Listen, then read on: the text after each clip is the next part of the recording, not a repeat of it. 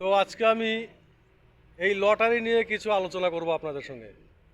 আগে আমার ভিডিওটা দেখুন, যদি ভালো লাগে লাইক শেয়ার কমেন্ট এবং আমার এই চ্যানেলটিকে সাবস্ক্রাইব করবেন। যদি ভালো না লাগে দেখবেন না।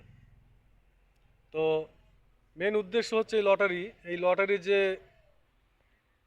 যে কথাটা বলতে যাচ্ছি আমি, এই লটারি আগে ছিল এক পিস লটারির দাম ছিল 6 টাকা। মানে 5টা টিকিট কিনতে গেলে লাগতো 30 টাকা, 10টা টিকিট কিনতে গেলে লাগতো 60 টাকা।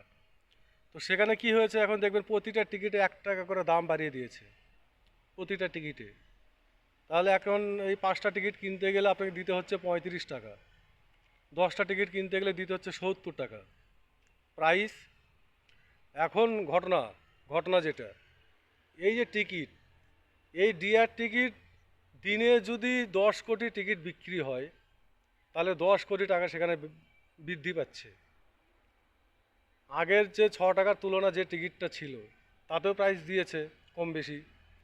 এই 1 টাকা করে বাড়তি হওয়াতে দিনে 10 কোটি টাকা যদি টিকিট বিক্রি হয়, তাহলে 10 কোটি টাকা আয় হচ্ছে এই টিকিটে। সেই 10 কোটি টাকা কোথায় যাচ্ছে? প্রাইস দিচ্ছে কি? দিনে 3টা 1 কোটির ঘর আছে, দিনে কটা হয়? একটাও ঠিকমতো হয় কিনা কোনো গ্যারান্টি নেই। আর এই ছুটছাট প্রাইস টাইস দিয়ে কত প্রাইস দিবে? খুব জোর না 2 কোটি 3 কোটি দিচ্ছে, 2 কোটি 3 কোটি দিচ্ছে প্রাইস, তার বেশি তো দিচ্ছে না। তাহলে 10 কোটি টিকিট বিক্রি হলে 10 কোটি টাকা ঘরে বৃদ্ধি পাচ্ছে লটারিওয়ালার। আর সেখানে দিচ্ছে 3 কোটি ধরলাম, 4 কোটি ধরলাম, 5 কোটি ধরলাম, তাহলে আরও 5 কোটি টাকা তাদের বাড়তি লাভ।